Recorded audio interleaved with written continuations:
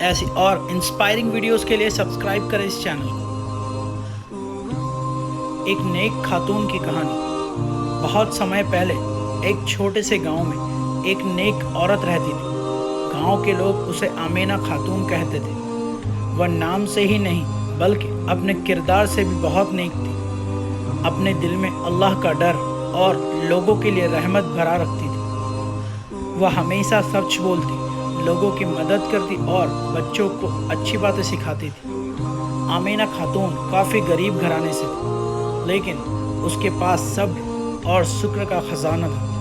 لوگ کہا کرتے، اس کے گھر میں سونے چاندی کی دولت نہیں تو کیا ہوا، مگر اس کے دل میں ایک ایسی دولت ہے جسے کوئی چرا نہیں سکتا، ایمان اور نیکیوں کی دولت۔ آمینہ جب چھوٹی تھی تو ہمیشہ اپنے ماں باپ کی آگیا مانتی۔ گاؤں کی اور لڑکیاں کھیل کود میں لگی رہتی، لیکن آمینہ نماز پڑھنے، ماں کی مدد کرنے اور بزرگوں کا حال پوچھنے میں خوش ہوتی۔ جب کوئی غریب بچہ بھوکا دکھتا تو اپنا کھانا بانٹ دیتی۔ اس کی ماں اکثر کہتی، بیٹی نیک کام چھوٹا یا بڑا نہیں ہوتا، اللہ سب دیکھتے ہیں۔ یہ بات آمینہ کے دل میں ایسے اتر گئی کہ اس نے اسے عمر بھر یاد رکھا۔ بڑی ہونے پر آمینہ خاتون کی شادی ایک سادے انسان سے ہو گئی۔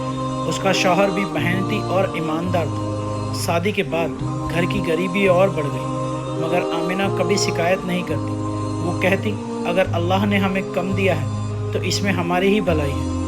وہ گھر کو سنبھالتی، بچوں کی پرورش کرتی اور اپنے شوہر کا حوصلہ بڑھاتی۔ گاؤں کی اور عورتیں جب دنیا کی چیزوں پر گرو کرتی تو آمینہ مسکرا کر کہتی، دولت سے دل کا سکون نہیں ملتا، سکون تو صرف اللہ کو یاد کرنے سے ملتا ہے۔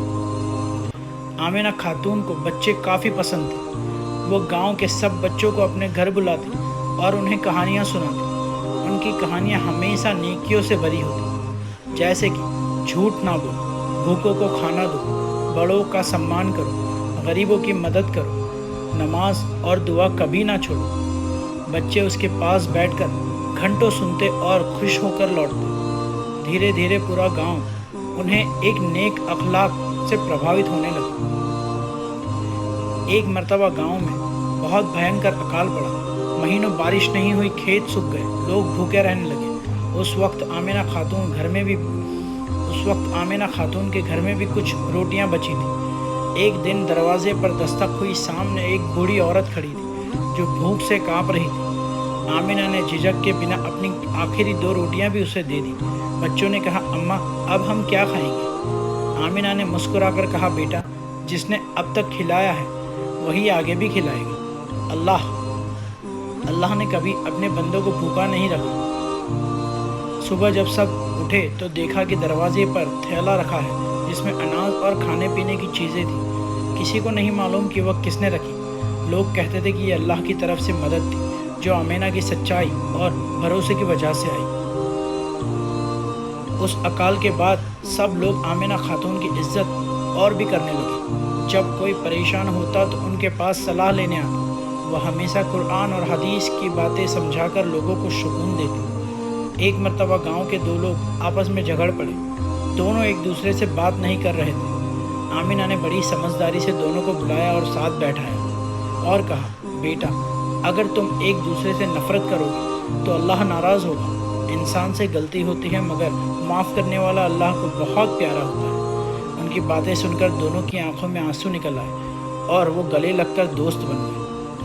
آمینہ خاتون نے کبھی بڑی کتابیں نہیں پڑھی، نہ ہی اس نے دنیا کی سیر کی، لیکن اس کا دل صاف تھا اور اس کی زبان ہمیشہ سچ اور بھلائی ہوتی۔ اس کی ایک ایک بات بچوں اور بڑوں کے دلوں میں اثر ڈالتی۔